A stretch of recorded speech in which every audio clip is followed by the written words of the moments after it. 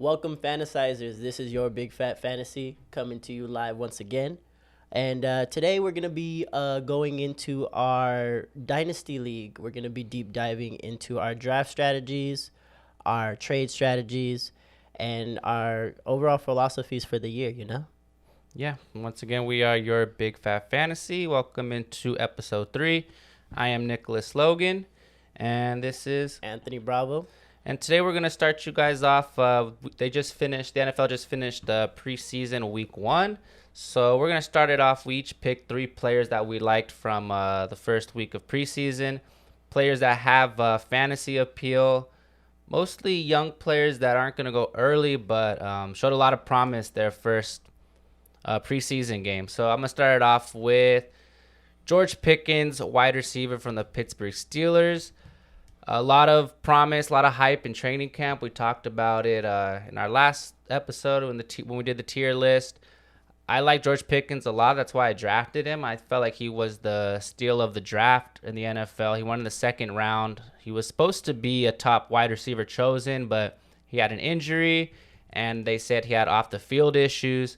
So that's why he fell into the second round, right into the Pittsburgh Steelers' lap. And in his first week of preseason, he caught 3 of 5 targets for 43 yards and had an insane touchdown. If you haven't seen it, watch the highlight. Just a tiptoe grab in the corner of the end zone.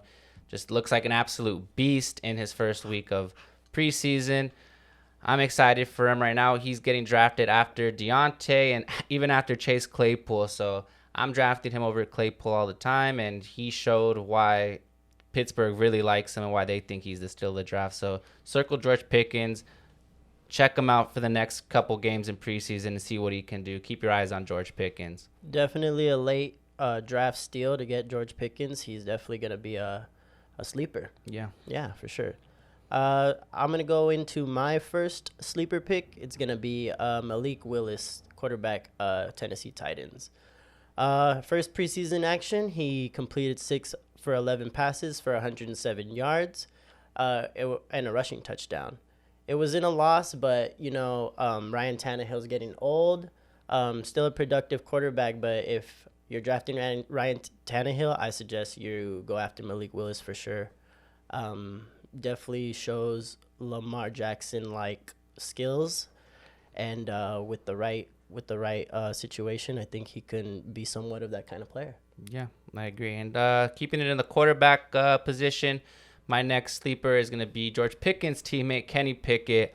They didn't see a lot of action together, if not any, but Kenny Pickett did steal the show that week. If it wasn't for George Pickens, completed 13 of his 15 passes for 95 yards, 2 touchdowns, which included a game-winning touchdown to give the Pittsburgh a win that week. And he also rushed for 16 total yards on 3 attempts, which is good for 5.3 yards per carry. So I know he's currently behind Mitch Trubisky and even Mason Rudolph right now, but we see what Trubisky and Rudolph both do as starting QBs. Not much success there from a team standpoint and a fantasy standpoint. So Pickett, who the Steelers got in the first round, he's ready to take over whenever one of them struggles. I'm sure if Pittsburgh has any close games that they're losing by because their quarterbacks are just not getting the job done, Pickett will be ready to go. It's already a young offense. They have Deontay Johnson, who they plugged in. We just talked about George Pickens. Last year they got Najee Harris. They got Pat Freiermuth. So it's a very young offense. Pickett will fit right in. If he can continue the success off what he did in that first preseason game, look out for him late in drafts or even late on the waiver wire. Kenny Pickett, quarterback of the Pittsburgh Steelers. For sure. Definitely a good choice. First quarterback taken out of this year's draft. So, yeah, definitely a good pick. My second sleeper is a man out of Green Bay, Romeo Doubs. I just feel like this guy has a chance to definitely has wide receiver 2 potential. Christian Watson's out. There's a lot of questions in the wide receiver room. Romeo Doubs had a nice preseason game, caught a 33-yard touchdown. And, this guy is just climbing up the depth chart according to reports, and his stock is flying. Yeah. I like Romeo Doubs for sure. Yeah, I do like Romeo Doubs as well. A lot of promise there, and Aaron Rodgers talks highly about him. Yeah. Leading into my last sleeper pick, running back for the Washington Commanders, Brian Robinson. Took over after Antonio Gibson fumbled. Antonio Gibson had some problems last year holding on to the ball, so that's why they went and they got Brian Robinson. And as you can see, Antonio Gibson fumbled and he came out the game. Brian Robinson came right into the game, had 6 carries for 26 yards, 4.3 yards per carry, and had a touchdown with 2 catches for 15 yards, which was good for 7.5 yards per reception. So you saw the promise of what he can do inside that red zone. Just ran through and just scored their Commanders' first touchdown of preseason. And you saw what he can do on the receiving end and caught 2 catches. And like I said, 7.5 yards per both those catches. So anything happens to Antonio Gibson, Brian Robinson is going to be right there. And even if Antonio Gibson stays healthy, Brian Robinson should be sharing touches and taking touches from him. Antonio Gibson already is taking now 13 reps with the third team. He's taking special team reps. So just something to monitor this preseason coming into the season. Look out for Brian Robinson.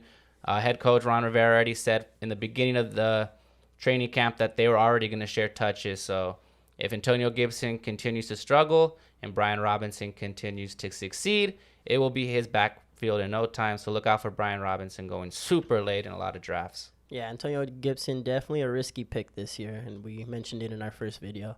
Yeah. And another running back I liked in preseason, my last sleeper for today, it's going to be Dameon Pierce. 5 carries for 49 yards, pretty much 5 yards a carry. Easily outplayed Marlon Mack and Rex. So, like we said, man, we've been high on Dameon Pierce, and we're going to stay high on Dameon Pierce. He's definitely going to outperform his ADP. And right now he's the most talented back in Texas. So, definitely one of the more higher guys you should be looking at. Yeah, I know I'm getting Dameon Pierce in a lot of, especially underdog leagues. Yeah. A guy I like a lot. So, yeah, those are our first week sleepers of preseason. We'll do another one next week and the week following just to give you guys some insight. We'll choose a new player every week, just guys you can look out for late in drafts, whether that's redraft leagues, dynasty, underdogs, whatever you guys, any type of drafts you guys are doing, just look out for these guys. We'll be talking about these next few weeks. Yeah. But we're going to go right into our first Dynasty League that we started last year. It was our first time doing Dynasty. We did redrafts for plenty of years before, but Dynasty, a lot of fun. It's on the come up. Whole new beast. Yeah, it's a whole new way of playing fantasy. It's your own team forever. You're the GM. If you ever wanted to be an NFL GM, now's your chance in that fantasy world. You got to take care of your players, take care of your draft picks, just kind of build a dynasty. That's why it's called Dynasty. So, I mean, what do you think's a lot different from Dynasty besides the fact that, you know? Man, I just feel like draft picks are very important. Maybe going into your first year, you're not going to value draft picks as much as you really need to value them. But let me tell you, man, your first draft, you're going to really understand the value of draft picks. You can either get, the next Jamar Chase, or you can get the next David Carr. Yeah, man. So draft picks are probably one of the most important things.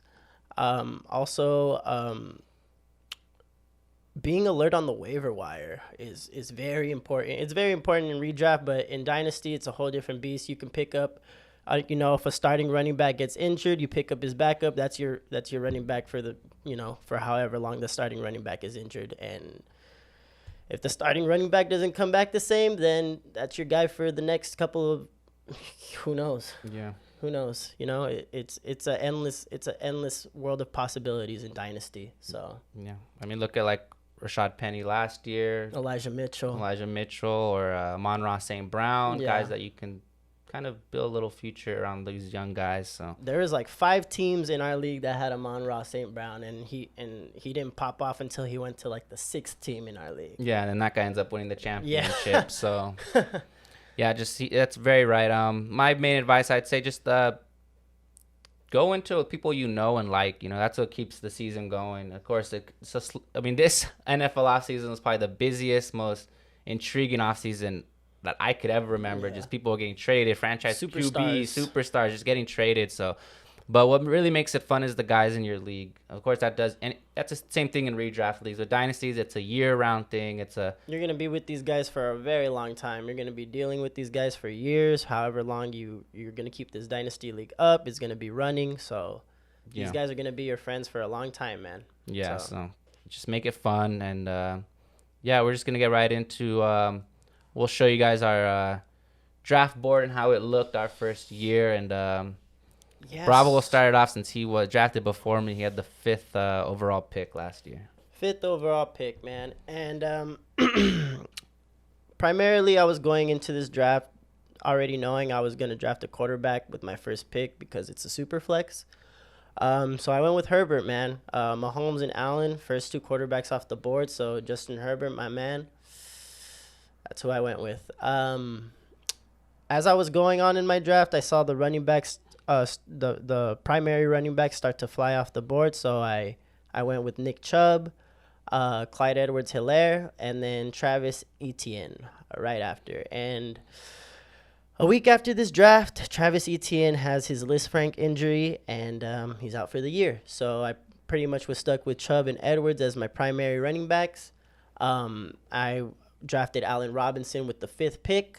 He was like a top 5, top 6 wide receiver the last couple of years, so I felt comfortable drafting him at the 5th pick. Then we went with T.J. Hawkinson. I know he was a nice, young, up-and-coming tight end coming out of Detroit. I had high hopes for him. He was producing for me very well until he went down with the injury, so you know how that went. Then we went with Mike Evans at the 7th pick. Don't even really have to say much about Mike Evans. 1,000-yard receiver every single year almost. Mm-hmm. And that was one of my more premium picks. I'm actually surprised he fell to me pretty at 7. Mm-hmm. Then I went with Zach Wilson. Going into this draft, he was the number 2 overall pick in the NFL draft, and I had a lot of high hopes for him. And to kind of like,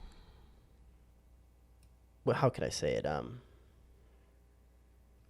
Save your own self. Kind of like to give myself that insurance quarterback. I went with Tom Brady right after because, Zach Wilson's a rookie. You don't know how he's going to produce. He has one of the worst O-lines.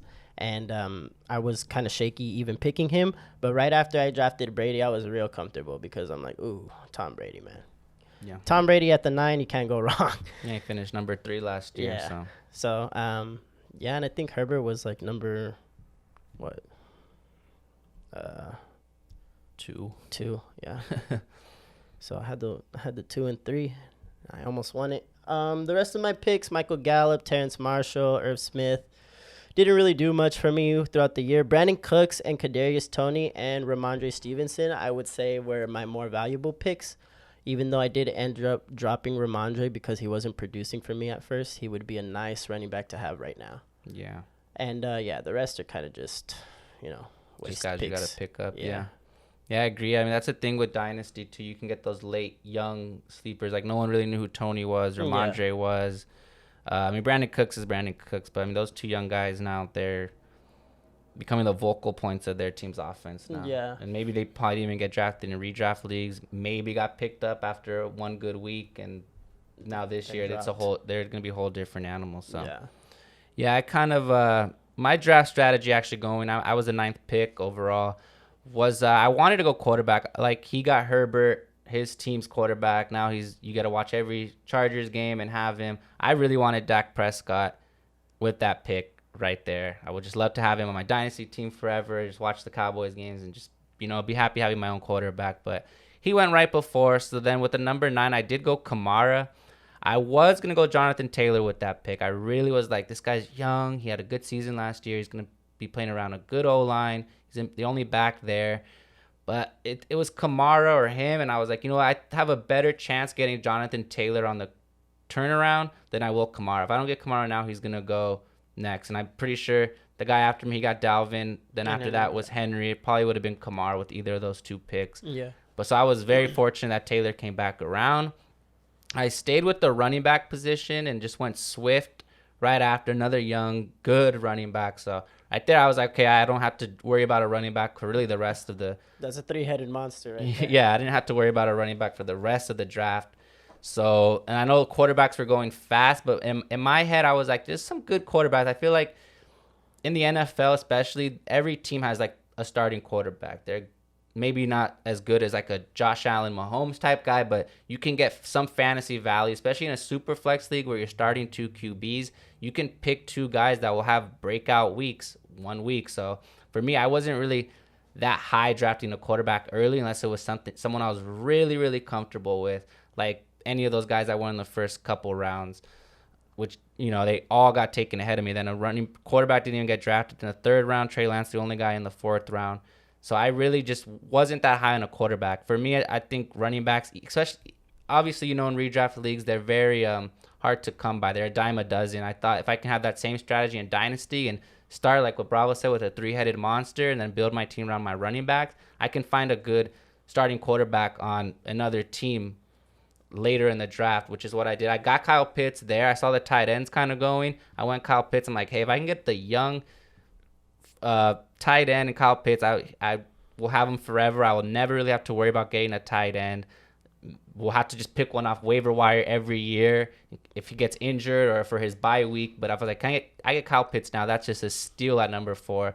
If he can produce, he's gonna be a top 5 tight end in fantasy for probably the rest of his career. It's like getting Kelsey when he was a rookie, or like a George Kittle or someone like in that nature where you just have him forever. You're never have to worry about that position, which tight end is such a hard position to get a decent player in, every like year. Like a Kelsey or Andrews. Yeah, it's always hard. I always, even like a couple years ago, I always just draft tight ends like super late and just hope I can get like a sleeper guy. A solid like guy that gets a touchdown a game, just put up like 10 points. But once you get those tight ends early, you don't have to worry about it. It's a hard position to get, like I said. And then I went Jalen Hurts and Tua right after I got my QB. So that's what I'm talking about. I got 2 guys that were going to be the starters. And obviously Jalen Hurts was a top 10 QB last year in fantasy. He runs the ball, especially because I'm a really big Jalen Hurts fan, like I talked about in the last episode. I love Jalen Hurts. I wasn't that high on Tua, but I knew he was going to be the starter in Miami. He didn't really have like a lot of weapons starting last year. Obviously that changed, but I wasn't really that high on Tua. But I got him. Like, he's young. If he does what he was doing at Bama, then that's an absolute steal in the 6th round. And then I needed receivers. I just went all young receivers until I got veteran Jarvis Landry. Obviously Devontae Smith was there, who just coming off the Heisman last year. I got Jalen Waddle to team him up with Tua. So I got Smith to team him up with Hurts. I got Waddle to team him up with Tua. And then I went Rager. I really thought, okay, maybe Rager will have a breakout second year. Obviously, that didn't happen. Then I was so happy I got Michael Pittman there. I was very fortunate for that. I was looking from the whole draft, and he fell right into my lap. Yeah, so crazy. He fell right into my lap there. I was super happy. Then I got Mac Jones with the 12th. He wasn't even the starting quarterback then. And then I think literally the next day, I think they released Cam Newton. So it worked out. At that point, I'm like, oh, cool. Now I don't have to worry about Tua. Mac Jones will be that. Then I just went another veteran. Then I went Jared Goff, just to have 4 quarterbacks, just to see. And then after that, I just got fill-in guys on my team. But yeah, that was just kind of my draft strategy. I know everyone went high with quarterbacks, and I was the last team to draft a quarterback. It looks like. Yeah. So. It's crazy that you say that thing about tight ends too, because I feel like before Travis Kelsey, there wasn't tight ends that scored that many points. Yeah. Like dropping 20 bombs, 40 bombs.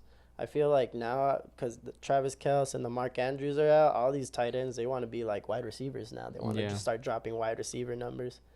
So, yeah, man, Kyle Pitts definitely one of those guys that can be, those unicorns, as they call them. Mm-hmm. But, yeah, so that was our draft. You heard a little bit of our draft strategy. And now we want to kind of give you a whole feel of how a whole year of Dynasty is. Yeah. So by doing that, we're going to talk about the main trades we did in the 2021 Dynasty season. And you want me to start it off? Yeah, go ahead. Alrighty. I'm going to start this off, man. We're going to go down to the trade list. We're going to go to my first trade with work boyfriend right here. It's going to be, I got Mike Gesicki for Gerald Everett. If you know at that time, Gerald Everett was like a waiver wire pick, and Mike Gesicki was at least a top 10 tight end. There wasn't much volume going on in Miami at that time, so Mike Gesicki definitely a good tight end. But I think he had like back-to-back games like 0 points. Yeah, 0 points to start the season, and then that's why Angel traded him. But yeah. And then moving on to our next trade.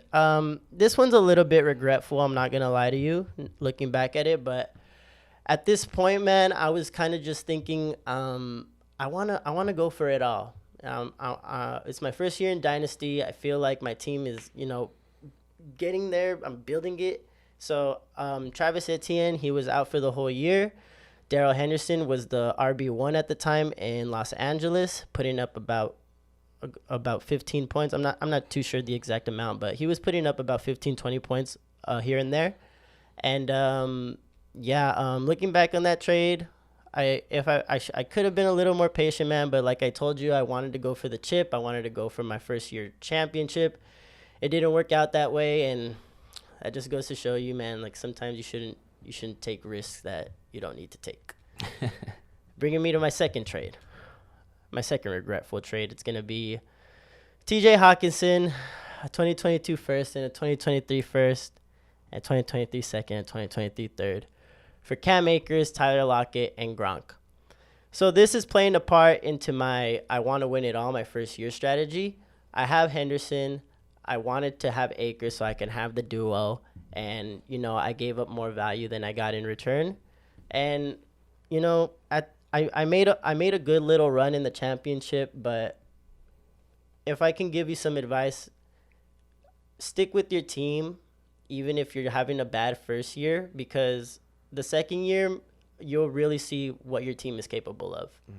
I'm regretting like that I have Lockett now and that I have Akers. Like I don't even have any of these guys on my team anymore, to be honest. Yeah. So man, that just goes to show you that there's some positives sometimes in Dynasty and there's some negatives. And bringing me to my last trade that I am going to talk about, Allen Robinson in a 2024 second. I gave away for a 2024 first. Allen Robinson, as you know, was coming off that terrible year with Justin Fields in Chicago. Justin Fields, as we were talking about, was like the 31st or 32nd ranked quarterback, one of the worst in the league. And I didn't have much faith in Allen Robinson. I had no suspicion that he was going to go to Los Angeles. He would be a nice wide receiver to have right now.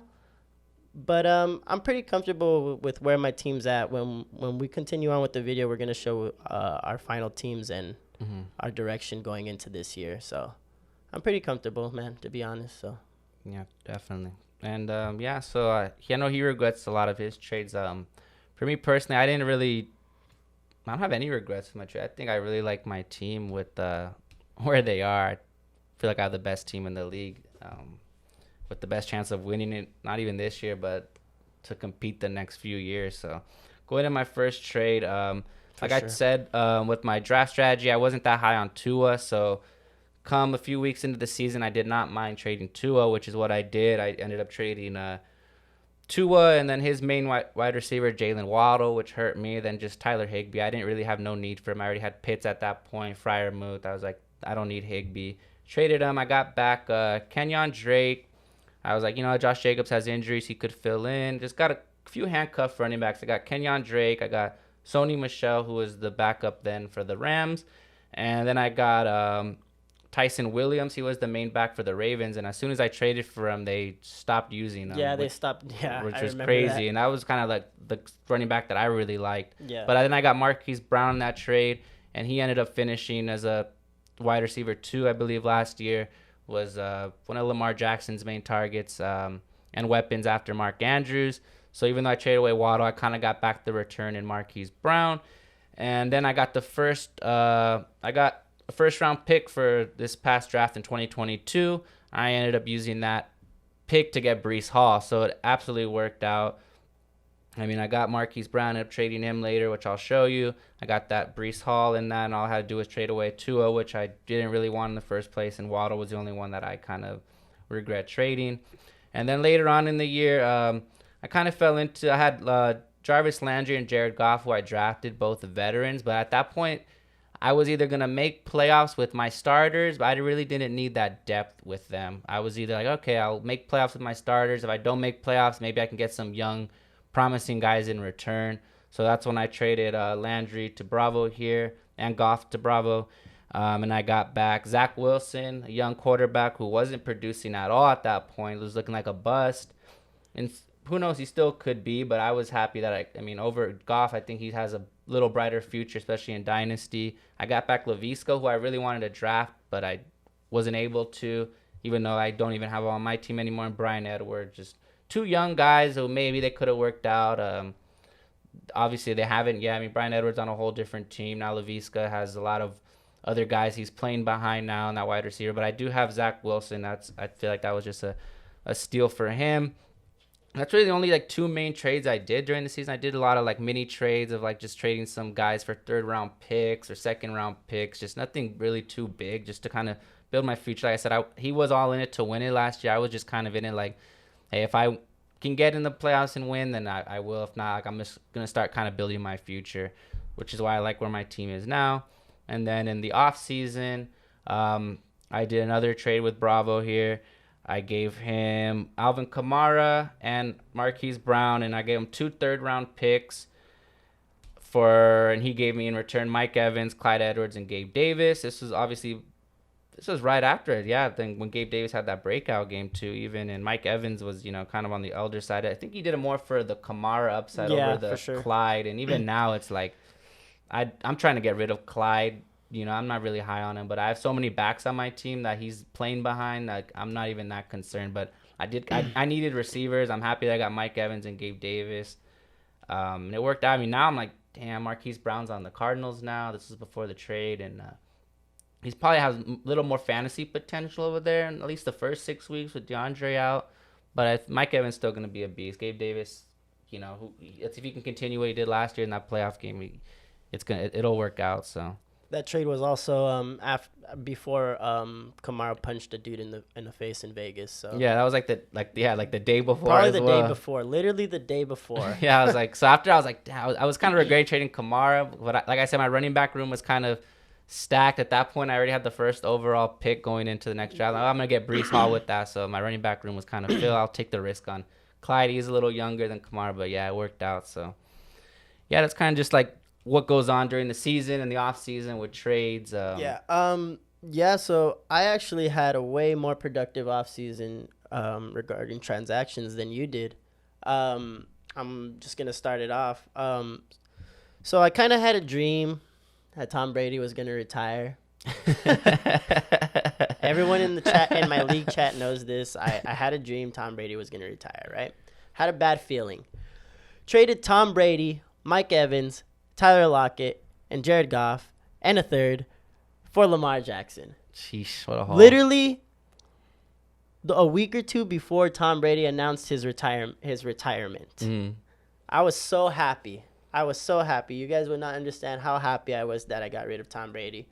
Then, about 60 days later, he announces that he's not retiring anymore. So it doesn't really matter to me because Tom Brady, he's like in his last 1 or 2 years as being a quarterback. Maybe, but it is Tom Brady.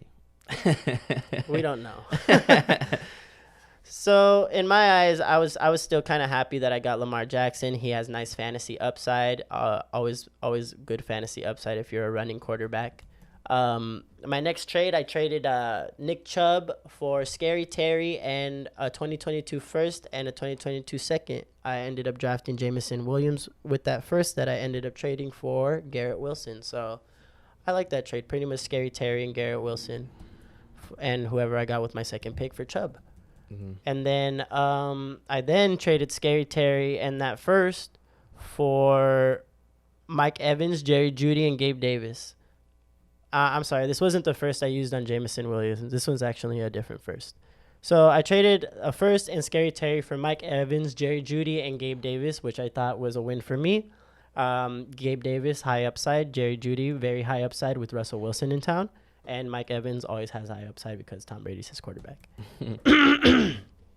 Third trade is the trade we did, so I'm not really going to go much into that because you already went into that. And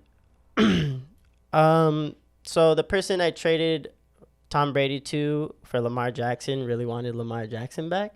So I traded Lamar Jackson and Kadarius Toney for Tua, Waddle, Davis Mills, and a second, which I think is another steal for me because unlike Nick, I'm a little higher on Tua than he is. I like what he did in Bama. He has an upgraded O line. His offensive weapons are perfect. So I'm really high on Tua this year, man. And my last trade I'm gonna go into is gonna be the Akers, Henderson, and 2 firsts for Austin Eckler and a first. I'm gonna be honest with you. I'm kind of scared about Cam Akers. I know he's very talented, very athletic, but he scares me, man. He didn't look good coming back from his injury last year, and I don't know. Every time Sean McVay is asked about Cam Akers, he always brings up Henderson. So it kind of just seems like he wants to run committee with Akers. It doesn't really seem like he's gonna be taking on that workhorse role. So I went with the workhorse. I traded for a workhorse, Austin Eckler, number 2 running back last year. So yeah, man. And other than that, those are pretty much the big trades that impacted me over the off season. Yeah. Yeah.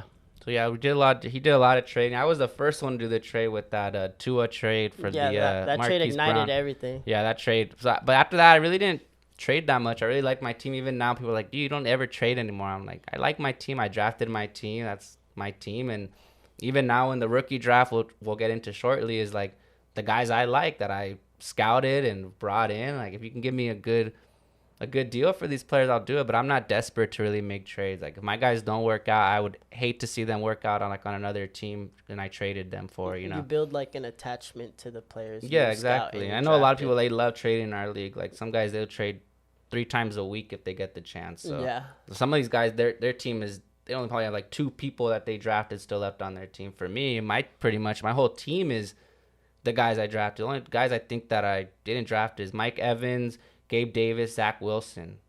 That's probably the only guys on my team that I traded for. Everyone else I drafted. Yeah, I'm the person with 2 guys on the team that's from draft day. I trade a lot. Yeah, so you can go with a lot of philosophies going into Dynasty, man. You can go into win all philosophy. You can go into build for the future philosophy. Mm-hmm. But at the end of the day, the chip is the only thing that matters. Yeah. So. And if you could win back to back and keep it going. No, one guy in our league traded all his vets and he has like 6 or 7 first round picks for 2023. So that's why I'm trying to build a nice young team that can win now and still compete, because those draft picks next year are just gonna be a hit. Yeah. And so he's definitely building a dynasty. So you just gotta, everyone kind of takes their own little route. Yeah, their own little strategy the way they do. That's why I like dynasty. Like it's not like redraft where you're 0-4 and now you're desperate, and you know how people are, they'll give up. Like the buying, I don't care, it's just $100 like I gave, whatever, $50, whatever the buying is, like they just give up, and then that guy becomes like a free bye week for the rest of the year and just ruins it for everyone. But if you're in a dynasty, like someone might be a free bye week, but he's doing something on the other end that you know is gonna benefit him in the future. So that's the thing with dynasty. Everyone's trying to benefit themselves instead of like giving free wins or trading their whole team for one guy and like just giving up in redraft leagues. That's the only thing. I mean, I love my redraft leagues. I still do them. I'm still going to continue doing them, of course. But dynasty is just, I know people have been doing dynasties probably like in their 5th, 10th years. Who knows? They've been doing it for years now. But I can definitely see why, and I can see definitely dynasty just taking over fantasy football. And it already is. I mean, a lot of apps are becoming more dynasty friendly, especially with like Sleeper app, which we use. So a lot of other new apps are coming out that I see that are just way more dynasty friendly, because they know like there's just way more fantasy potential, especially how much people are into fantasy football. It's just like it's gonna take off. But yeah, I don't know. I just get like a thrill out of drafting a player and then he just turns out to be a beast. Like I feel like the smartest guy in the world. Yeah, that's how I kind of went into doing like my our rookie draft, which you see here. I mean, we're not gonna get too much into it, but we'll show it on the screen here. You guys can check it out. But I mean, I had so many draft picks for this last year. I think I had the most draft picks. I got Breece Hall in the first. I got Sky Moore in the first. I went and I got George Pickens in the second, Algier in the second. Went later on, got John Mechie. Then I went the third round. Those third rounds in rookie drafts are really kind of guys that are sleepers. Those first rounds are guys that are almost guarantees. Second round, like guys that pretty much are gonna have a main role on their team. And third round is not a lot of rookies. Like people might think that third round picks in rookie drafts aren't meaningful. Yeah. Like I saw people trading them away all the time. For me, I was like, if you guys are gonna trade away, like I'll take them from you. Like take this player off my hand. I'm not gonna use this guy.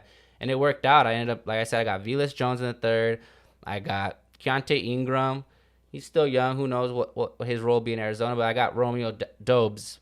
You know, now he's might be the main receiver in Green Bay. Yeah. Who Aaron Rodgers is throwing to. So, and if you look at these, Sam Howell won in the third round. Tyquan Thornton could be a main guy. Wan'Dale Robinson, probably the wide receiver in 2 in New York. I feel like a lot of guys in that second round even have more higher potential than guys that got drafted in the third round than guys that got drafted in the second round. So I snagged Jalen Tolbert at the 3-1, and he's probably going to be the wide receiver 2 going into week 1. So definitely third rounders have way more value than you guys would expect. Yeah, and I know some guys didn't. I think 1 or 2 guys in our league either had 1 draft pick or no draft pick. They just went straight win now. They're just building it for now, and they'll get the draft picks whenever these players retire. But like I said, I kind of went with both strategies. My team's super young. I don't know the average age of my team. It might be like 24, 25 years old, which is super young team. I don't have anyone. My oldest player is Mike Evans, and he's still going to be a wide receiver 1 for the next few years. Yeah. So, I mean, that was my strategy. But everyone has their own, which, like I said, which is why I like Dynasty. If you guys aren't in a Dynasty league, I guarantee you guys trying it out, even for a year or 2, just get it going. But like I said, just get it with guys that you know, that you can trust. Don't get it with random people that aren't too into. We built our league with I guess, like sharks. That's why we named our league Shark Tank. But we actually even started another new Dynasty league. Our draft was a couple weeks ago, with new people. But yeah, I mean that draft was even way harder because now most of us in the new league. Yeah, we all were there last year. Now we're all kind of in the new league. There's like 3 or 4 new guys in that league, or 5 new guys in that league that aren't in our original league. Yeah. So it was a lot harder to draft players that are asleep. I like my team way more. I know obviously I like my first team way more because like I built it. It's already in year 2, but even now, I'm just like... You can never draft a team like the one you drafted. Yeah, most of my guys went in the first 2 rounds. I'm like, dang, that just made me feel way better about my first team when I started seeing all these other guys go. So yeah, so we just wanted to give you like the full recap of a full Dynasty year, from draft to trades to off-season trades and acquisitions, even into the rookie draft. And anything you want to finish with? Just a tip, man. If you're gonna do a Dynasty league, develop a voting system. Voting system. If you're running a 12-man league, five or more votes for yes or no on any trade, just to make sure, just to prevent any collusion, to make sure no one's teaming up. And yeah, man, that's pretty much the number one advice I just want to give out to Dynasty players. Just develop your own voting system and make sure it's fair. Yeah. Keeping it fair is, definitely makes the league fun. Yeah. Another tip to help keep it fair is make the buyout a little more. Make the buy-in a little more. Make it $200, $300. I know it's kind of a lot, but you should make those Dynasty leagues way more worth it, where someone's not going to be blowing their team away, or they're going to want to stay in the hunt for years to come, knowing that, hey, I can build a good team next year and win this much amount of money. So yeah. Just things to look out for. There's a lot of incentives in Dynasty. Yeah. So, yeah, if you haven't tried it, check it out. You'll see our leagues here. We'll probably be talking about it a lot this year, more than even our redraft teams. But, yeah, just wanted to give you our first insight of Dynasty since we are in our second year. We just finished our other draft in Dynasty. We'll talk about our redraft leagues once that time comes around. We usually draft the redraft. We do the redraft draft that weekend, usually before the NFL season, which is what we do. So yeah, check out for that video. But thanks for sticking with us today. You're a big fat fantasy. Yeah, and just remember those sleepers we talked about in the beginning. Check our teams out. A lot of sleepers there as well. Well, the other teams, you guys can see the other teams up on the screen and what their drafts were and everything. So, yeah. Don't forget to like and subscribe and follow us on all social medias. Yeah, we still need that giveaway. We're ready to give away that jersey. So we're ready, man. Yeah, just get us to 200. Yeah, share us and just let us know how we did. And we will see you in the next episode. Thank you, guys. See ya. Later.